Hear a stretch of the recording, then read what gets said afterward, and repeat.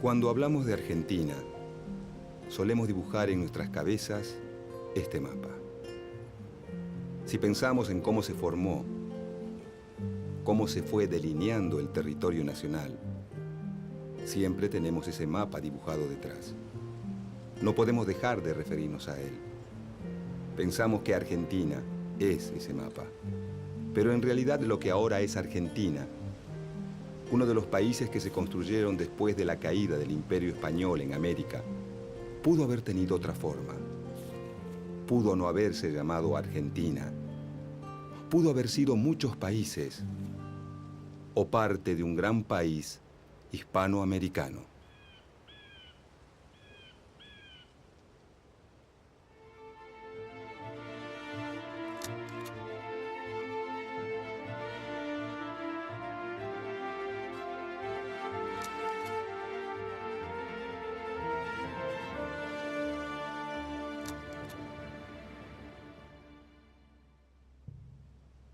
Lo que ahora se llama Argentina era el territorio ubicado más al sur de la América del Sur, que después de la conquista fue organizado por los reyes españoles en el Virreinato del Perú.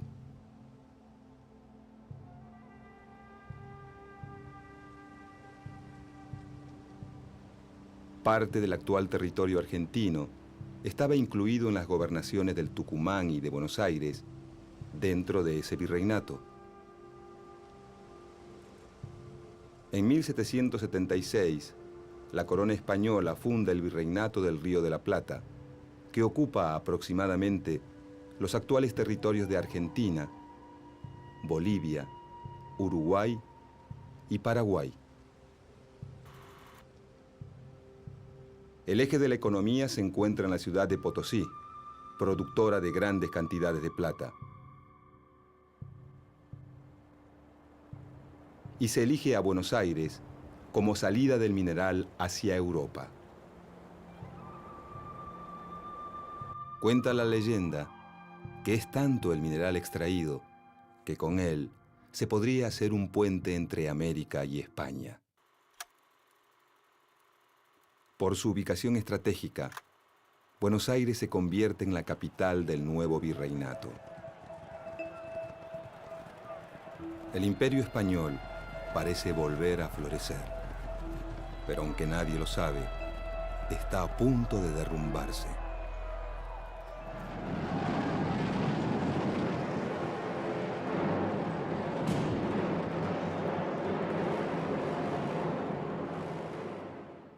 En 1808, el rey de España, Fernando VII, es capturado por el emperador francés Napoleón, que impone en el trono a su hermano José Bonaparte.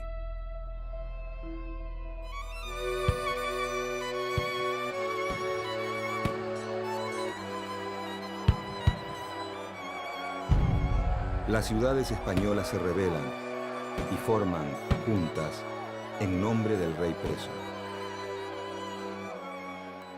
Agrupados en la Junta Central de Sevilla, buscan expulsar a los franceses y mantener su autoridad sobre América. En 1810, la Junta Central se derrumba ante los ataques franceses y España queda bajo el dominio de Napoleón Bonaparte.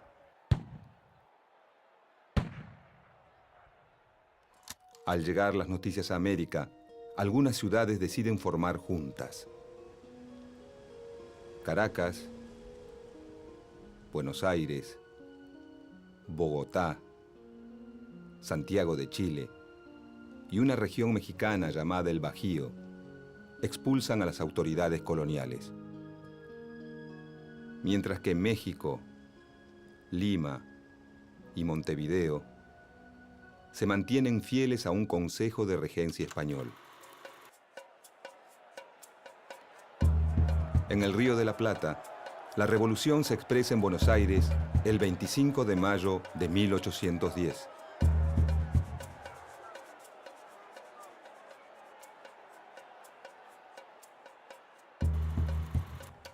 El grupo revolucionario que desplaza al virrey Baltasar Hidalgo de Cisneros cuenta con el apoyo de la milicia criolla, con la que busca asegurarse la adhesión del resto del virreinato. Con la Revolución de Mayo comienza el proceso de independencia de las colonias españolas en el Cono Sur.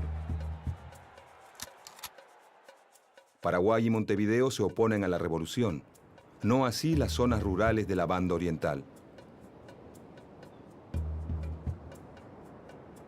Mientras que el ejército de Buenos Aires es derrotado en Paraguay, Montevideo se rinde en 1814. Una expedición enviada por la Primera Junta obliga a Córdoba a la obediencia y avanza al norte para ocupar el Alto Perú. La expedición comienza con un triunfo, pero finalmente es derrotada. El poder está dividido. Durante años, ni revolucionarios ni realistas pueden pasar más allá de Salta. Para los lugareños, la guerra se convierte en algo cotidiano, en el centro de sus vidas. Entre 1812 y 1815, diferentes grupos patriotas impulsan cambios políticos, aunque no se animan a declarar la independencia.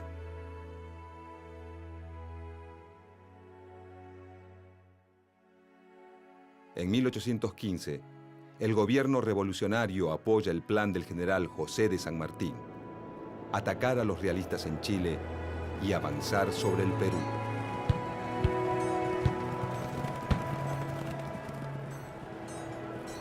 Los territorios revolucionarios americanos están convulsionados por luchas y divisiones. En Buenos Aires, los dirigentes, a pesar de sus diferencias, coinciden en dos premisas: ganar la guerra contra los realistas y mantener un sistema de gobierno centralista con sede en esa capital.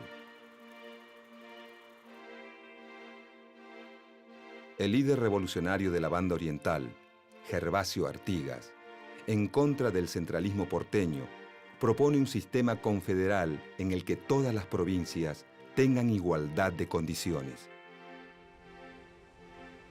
Artigas es respaldado por Entre Ríos, Corrientes, Santa Fe, la zona de las Misiones, la Banda Oriental y, durante un breve periodo, Córdoba. Para 1815, el territorio revolucionario en América está dividido en dos. El virreinato del Río de la Plata se mantiene en poder de los revolucionarios.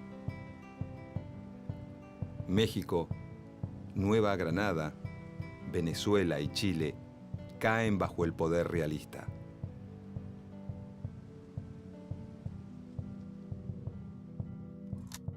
En 1816, el sistema revolucionario rioplatense supera una etapa crítica. Se reafirman los vínculos entre el interior y Buenos Aires, pero mantienen el enfrentamiento con el litoral.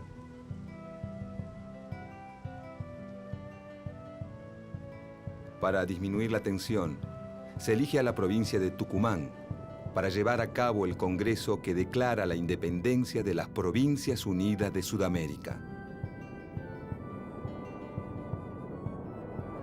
Potosí, Cochabamba y Charcas, que hoy pertenecen a Bolivia, son algunas de las regiones que declaran la independencia.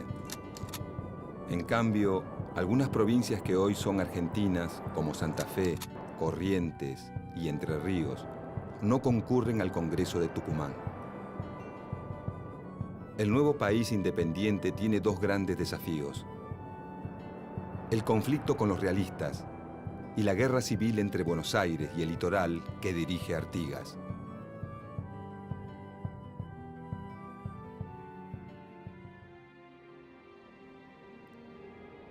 El nuevo director supremo, Juan Martín de Pueyrredón, reafirma el gobierno centralista y apoya al general José de San Martín, que inicia su campaña a través de los Andes.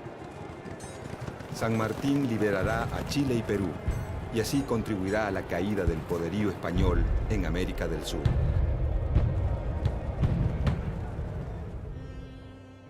Pero en las Provincias Unidas, El alto costo de la guerra debilita al gobierno central, que delega en figuras destacadas de cada provincia la capacidad de reclutar hombres y recursos para la lucha. El sistema revolucionario vuelve a entrar en crisis y se disuelve en 1820.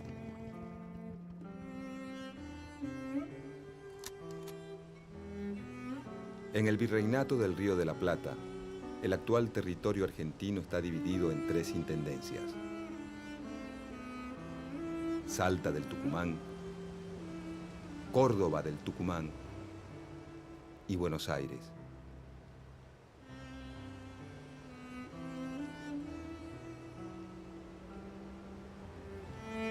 Los gobiernos revolucionarios subdividen esas intendencias coloniales. Cuyo es separada de Córdoba, Tucumán de Salta, y el litoral artiguista se desvincula de Buenos Aires. Cuando en 1820 se derrumba el poder central, la única organización política que se mantiene son las ciudades y las zonas rurales que las rodean, es decir, las provincias.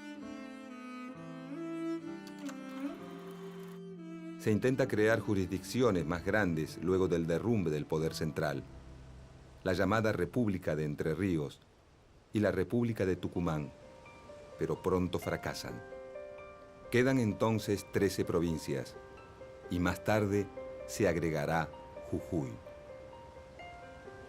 Cada una de ellas posee autoridades propias.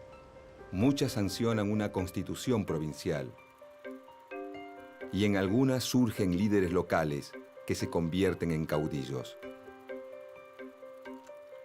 Salta, Tucumán, Entre Ríos, Santa Fe y la Banda Oriental han sufrido la devastación de la guerra.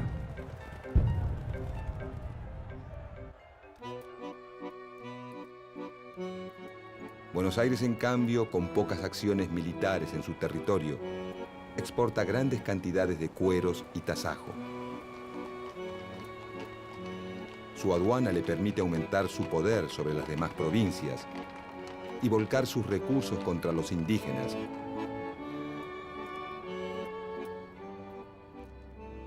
Y en pocos años duplica el territorio hacia el sur.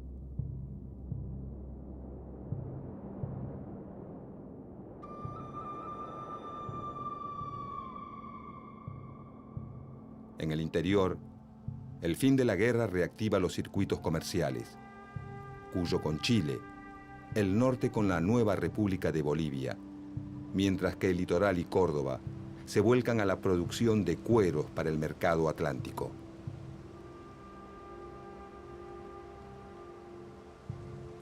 Las nuevas tendencias comerciales, lejos de contribuir a la unidad, fortalecen las divisiones. A mediados de la década de 1820, las provincias se reúnen en un Congreso Constituyente para volver a crear una unión y sancionar una constitución. El intento fracasa al enfrentarse a 2 grandes problemas. Por un lado, la guerra con Brasil, desencadenada cuando la Banda Oriental, apoyada por las Provincias Unidas, se levanta contra la dominación brasileña. Mientras que los rioplatenses obtienen importantes victorias militares, los brasileños bloquean el puerto de Buenos Aires, principal fuente de ingresos de las Provincias Unidas. Con la mediación de Inglaterra, se resuelve el conflicto y nace un nuevo país independiente, la República Oriental del Uruguay, que se separa de las Provincias Unidas.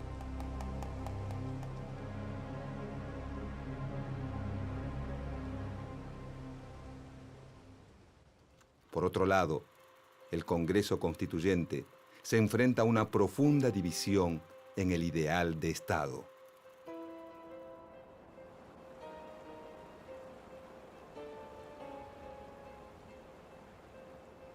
Dos corrientes surgen de este enfrentamiento. Los unitarios, quienes sostienen que el gobierno central, creado durante la Revolución, es el fundamento de la soberanía nacional, y los federales, quienes defienden la soberanía de cada provincia.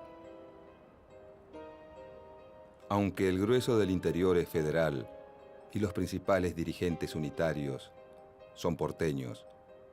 Hay muchos federales porteños y varios unitarios en las provincias. En la Constitución formulada por el Congreso de 1826, que nunca entra en vigencia, se denomina por primera vez al nuevo país como República Argentina. Con la disolución del Congreso Constituyente y el regreso del ejército de la guerra contra Brasil, que toma partido por los unitarios, se desata una guerra civil. En el litoral, el intento unitario de hacerse del poder fracasa al poco tiempo. Buenos Aires, Santa Fe, Entre Ríos y Corrientes se afianzan como provincias federales. El resto de las provincias se aglutina en la unitaria Liga del Interior, conducida desde Córdoba por el general José María Paz. La contienda se resuelve a favor de los federales, y a comienzos de la década de 1830, las 14 provincias suscriben el Pacto Federal.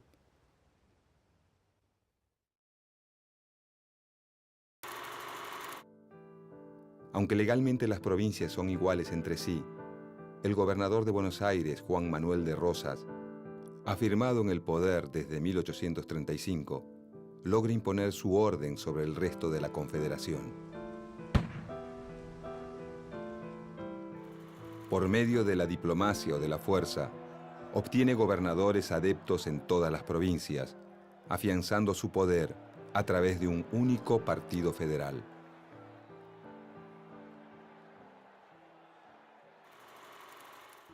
Esta política le genera grandes enemigos. La provincia de Corrientes, que lucha varias veces contra él. Los antiguos unitarios, un grupo de federales antirrocistas y un puñado de intelectuales conocido como la Generación del 37. Todos se oponen fuertemente al gobernador porteño.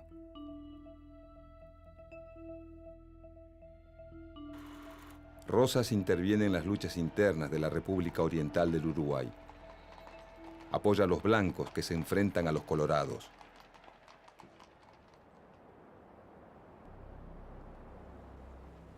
Los franceses aprovechan estos conflictos y bloquean el puerto de Buenos Aires entre 1838 y 1840. Entre 1845 y 1847 lo vuelven a hacer, esta vez junto a los ingleses.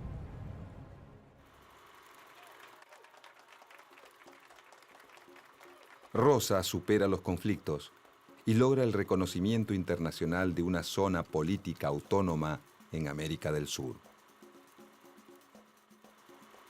Es su momento de apogeo, pero uno de sus aliados más importantes, el gobernador de Entre Ríos, Justo José de Urquiza, se levanta en su contra, ya que Rosas impide la libre navegación de los ríos,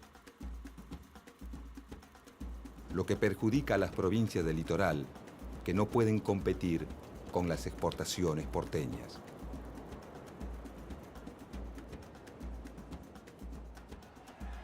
A Urquiza lo apoyan Corrientes, los opositores emigrados, los colorados uruguayos y Brasil. Este conflicto se resuelve con el triunfo de la Alianza Antirrosista en la Batalla de Caseros en 1852. Rosas se exilia en Inglaterra, donde residirá hasta su muerte. Con el fin del rosismo, comienza una nueva etapa en la Confederación.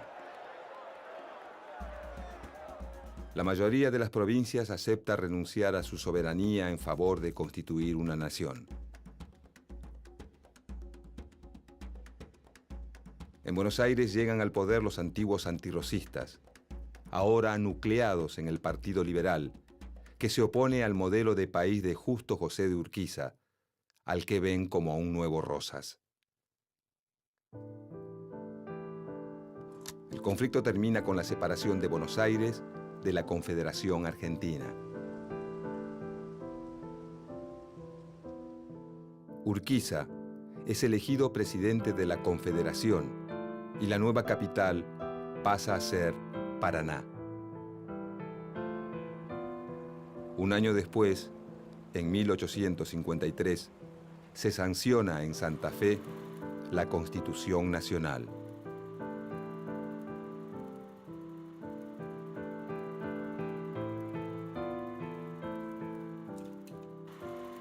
Buenos Aires no acuerda con una unión en la que no tenga privilegios, ni tampoco con entregar los beneficios de su rica aduana. Durante los 8 años en que permanece separada de la Confederación, Buenos Aires prospera gracias al aumento en sus exportaciones de lana y cuero. En cambio, la Confederación enfrenta grandes problemas económicos y muchos de sus dirigentes creen que no existe futuro sin Buenos Aires. La tensión va creciendo y en 1859 se desata la guerra. Las tropas de Urquiza triunfan en la batalla de Cepeda.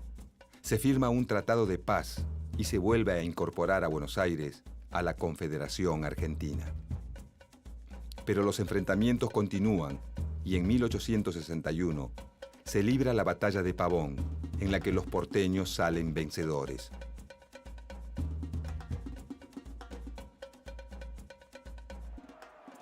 Su líder, Bartolomé Mitre, es elegido presidente. Aunque las 14 provincias se rigen por la Constitución Nacional y una autoridad central, Mitre pretende un Estado con predominio de Buenos Aires.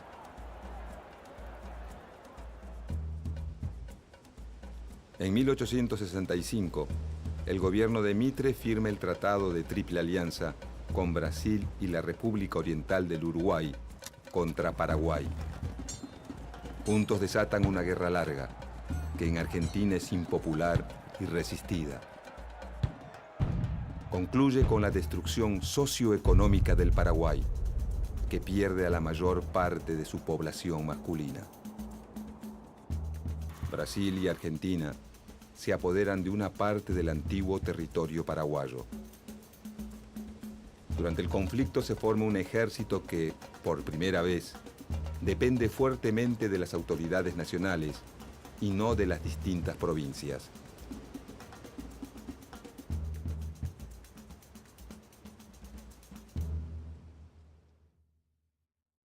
Bajo las presidencias de Domingo Faustino Sarmiento y Nicolás Avellaneda, el Estado Nacional afianza su poder sobre los particularismos provinciales, apoyado en un vertiginoso desarrollo económico.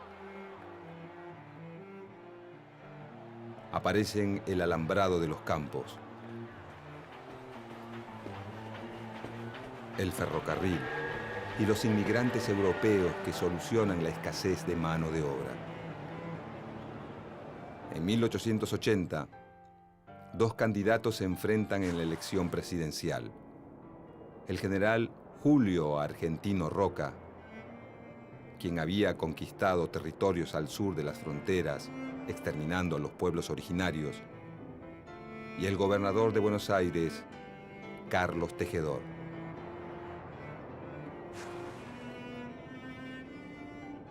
Julio Argentino Roca triunfa. Carlos Tejedor impulsa la sublevación de Buenos Aires para preservar su autonomía ante el Estado Nacional. En respuesta, las autoridades nacionales derrotan militarmente a la provincia rebelde. En 1880, la ciudad de Buenos Aires pasa a ser la capital federal de la República Argentina y en 1882 se funda una nueva capital para la provincia de Buenos Aires que será llamada La Plata. Entregar la capital a la nación le otorga más poder al presidente y debilita a la provincia más poderosa. En 1884, el ejército se apodera sangrientamente de los territorios aborígenes del Chaco.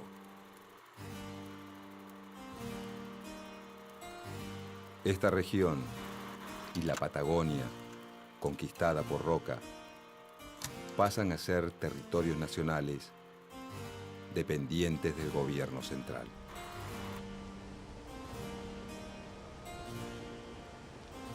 En la década de 1880, con el mapa argentino casi idéntico al que conocemos hoy, la existencia de un poder central consolidado, una sola moneda y un solo ejército nacional, se cierra el conflictivo y complejo proceso de construcción del Estado argentino. Pero otros procesos se abren y continúan.